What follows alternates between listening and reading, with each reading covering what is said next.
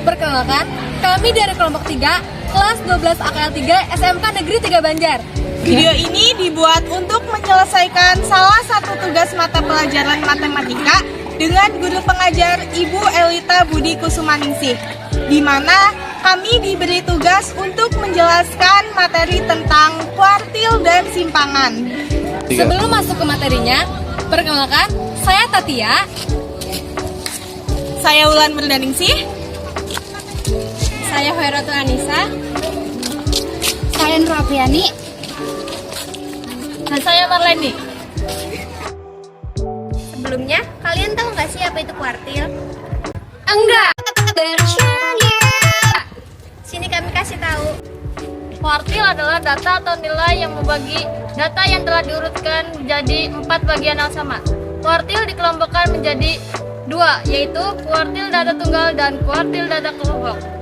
Kuartil dinotiskan secara berurutan menjadi Q1 atau yang sering disebut kuartil data bawah, Q2 atau yang sering disebut kuartil tengah atau median, dan Q3 yang disebut kuartil data atas. Masuk ke dalam materi kuartil data tunggal. Berikut disajikan 2 contoh soal. Yang pertama ada data ganjil. Disajikan data yang berisikan angka 2, 5, 7, 4, 8, 2, dan 10. Tentukan nilai Q1, Q2, dan Q3 dari data ganjil berikut. Untuk menentukan Q1, Q2, dan Q3, urutkan dulu datanya dari yang terkecil hingga terbesar. Setelah diurutkan, kita lihat nilai tengah atau kita tentukan dulu nilai tengah atau median dari data tersebut. Dari data ini, kita bisa lihat bahwa nilai tengah dari data tersebut yaitu ada 5 karena membagi ruas kiri dan kanan sama banyak. Sehingga median atau nilai tengahnya adalah 5. Atau dengan kata lain, Q2 adalah 5. Kemudian kita tentukan nilai Q1 atau kuartil pertama. Di sebelah kiri, kuartil kedua. Kita ambil dari data sebelum Q2 yaitu 2, 2, dan 4. Memperoleh nilai tengah 2 sehingga Q1 adalah 2. Kemudian kuartil ketiga adalah data setelah Q2 yaitu 7, 8, dan 10. Memperoleh nilai tengah 8 sehingga Q3 adalah 8. Jadi dapat disimpulkan bahwa nilai Q1 dari data tersebut adalah 2, Q2 adalah 5, dan Q3 adalah 8. Dan untuk soal selanjutnya adalah soal data genap yaitu 3, 2, 6, 4, 9, 5, 4, dan 10. Untuk menentukan Q1, Q2, dan Q3, kita urutkan lagi data tersebut dari yang terkecil hingga terbesar. Setelah diurutkan, memperoleh data 2, 3, 4, 4, 5, 6, 9, dan 10. Setelah diurutkan, kita tentukan nilai tengah atau median. Karena jumlah data di sini genap, maka nilai tengahnya berada di antara angka 4 dan 5. Berarti Q2 berada di antara 4 dan 5. Sehingga untuk mencari nilai Q2 adalah 4 ditambah 5 dibagi 2. Mengapa dibagi 2? Karena nilai tengah memiliki 2 angka. 4 ditambah 5 itu 9, dibagi 2 yaitu 4,5. Jadi Q2 adalah 4,5. Selanjutnya kita tentukan Q1, data sebelum Q2. Berarti di antara 3 dan 4. Jadi Q1 terletak di antara 3 dan 4 sehingga Q1 sama dengan 3 ditambah 4 dibagi 2. 3 ditambah 4 itu 7, dibagi 2 yaitu 3,5. Selanjutnya kita tentukan Q3. Data setelah Q2. Berarti di antara nilai tengah 6 dan 9. Maka Q3 terletak di antara 6 dan 9. Jadi 6 ditambah 9 dibagi 2 yaitu 6 ditambah 9 15 dibagi 2 7,5. Jadi Q1 itu 3,5, Q2 itu 4,5, dan Q3 itu 7,5. Kuartil data kelompok. Rumus untuk mencari kuartil data kelompok yaitu QI sama dengan TB ditambah I per 4 dikali N dikurangi FK per FQI dikali P, dimana keterangannya QI adalah kuartil ke I 1, 2, atau 3. Jadi I kita ganti 1, 2, atau 3 tergantung dengan soal. Kemudian TB adalah tepi bawah kelas kuartil, FK adalah frekuensi kumulatif sebelum kelas kuartil, dan FQI adalah frekuensi kelas kuartil. P adalah panjang interval kelas dan N banyaknya data. Untuk lebih jelas, mari kita lihat contoh soal. Tentukan nilai Q1, Q2, dan Q3 dari data berikut. Langkah pertama, kita jumlahkan dulu seluruh frekuensi sehingga memperoleh nilai N yaitu 60. Selanjutnya, kita cari Q1. Karena ditanyakan kuartil pertama, maka Q1 sama dengan TB ditambah 1/4 dikali N. Jadi, I diganti dengan 1 karena yang ditanyakan adalah Q1. Dikurangi FK dibagi FQ1 dikali P. Kemudian kita cari dulu letak kuartil pertama. Jadi letak kuartil pertama itu adalah 1/4 dikali 60 sama dengan 15. Selanjutnya kita lihat untuk frekuensi kumulatif. Frekuensi untuk kelas pertama itu 4, yang berarti kurang dari 15. Lalu 4 ditambah 10 hasilnya 14. Masih kurang, ditambah lagi 6 hasilnya menjadi 20. Berarti letak kuartil pertama berada di frekuensi 6. Kemudian kita tentukan TB. TB-nya yaitu 26 dikurangi 0,5 yaitu 25,5. Kemudian panjang kelasnya adalah 5, diperoleh dari 26, 27, 28, 29, 30. Kemudian frekuensi kumulatif sebelum kelas kuartil yaitu 4 dan 10 yang hasilnya 14. Kemudian frekuensi kuartil pertama adalah 6. Sehingga kita masukkan ke dalam rumus yaitu Q1 sama dengan TB 25,5 ditambah 1/4 dikali 60 sama dengan 15 dikurangi FK sama dengan 14 dibagi FKI sama dengan 6 dikali P sama dengan 5.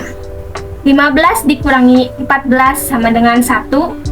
Kemudian dikalikan dulu supaya lebih mudah. 5 dikali 1 jadi 5. 5 dibagi 6 yaitu 0,8. Jadi kuartil pertama yaitu 25,5 ditambah 0,8 yaitu 26,3. Selanjutnya kita akan menentukan Q2. Q2 sama dengan TB ditambah I per 4 dikali N dikurang FK per FQ2 dikali P. Kita cari terlebih dahulu yang ada di dalam kurung, yaitu I per 4 dikali N. I kita ganti dengan angka 2, karena kita sedang mencari Q2. N kita ganti dengan 60, karena 60 merupakan banyaknya jumlah data. Selanjutnya kita jumlahkan terlebih dahulu 2 per 4 dikali 60, hasilnya adalah 30. Angka 30 ini akan kita gunakan sebagai patokan untuk mencari TB, FQ2, FK, dan P. Cara mencari FQ2 yaitu perhatikan tabel sebelah kanan. 4, masih kurang dari 30. Jadi kita tambahkan dengan 10. Hasilnya adalah 14, masih kurang. Kita tambahkan lagi dengan 6, hasilnya 20, masih kurang. Kita tambahkan lagi dengan 15, hasilnya 35, berarti masuk. Jadi, dapat kita ketahui bahwa FQ2 terletak pada angka 15. Lalu, kita akan mencari TB. Dapat dilihat bahwa angka pertama di samping angka 15 yaitu 31. Sehingga 31 dikurang 0,5 jadi TB adalah 30,5. Selanjutnya, kita akan mencari FK. FK adalah nilai sebelum kelas kuartil, yaitu ada angka 4, 10, dan 6. Kita jumlahkan, sehingga dapat kita ketahui bahwa FK adalah 20 dan P adalah 5. Bisa kita lihat dari angka 31 sampai 35. Selanjutnya, kita jumlahkan yang ada di dalam kurung terlebih dahulu. 30 dikurangi 20 per 15. Hasilnya 10 per 15. Angka 10 kita kalikan dengan 5. Jadi, 50 per 15. 50 per 15 hasilnya adalah 3,3. 3,3 ini kita jumlahkan dengan hasil TB tadi, yaitu 30,5. Jadi, hasil Q2 adalah 33,8. Dan yang terakhir, untuk menentukan nilai Q3 sama seperti Q1 dan Q2, yaitu kita jumlahkan frekuensinya sehingga memperoleh N yaitu 60. Selanjutnya, kita cari Q3. Karena yang ditanyakan kuartil ketiga, maka Q3 sama dengan TB ditambah 3/4. Jadi, I diganti 3 karena yang ditanyakan adalah ketiga. Dikurangi FK dibagi FQ3 dikali P. Kemudian, kita cari dulu letak kuartil ketiga. Jadi, letak kuartil ketiga adalah 3/4 dikali 60 yaitu 45. Selanjutnya, kita lihat untuk frekuensi kumulatif. Frekuensi untuk kelas ketiga itu 4 yang berarti kurang dari 45. Lalu, 4 ditambah 10 menjadi 14 yang berarti masih kurang. 14 ditambah 6 jadi 20 masih kurang dari 45. 20 ditambah 15 menjadi 35 masih kurang dari 45.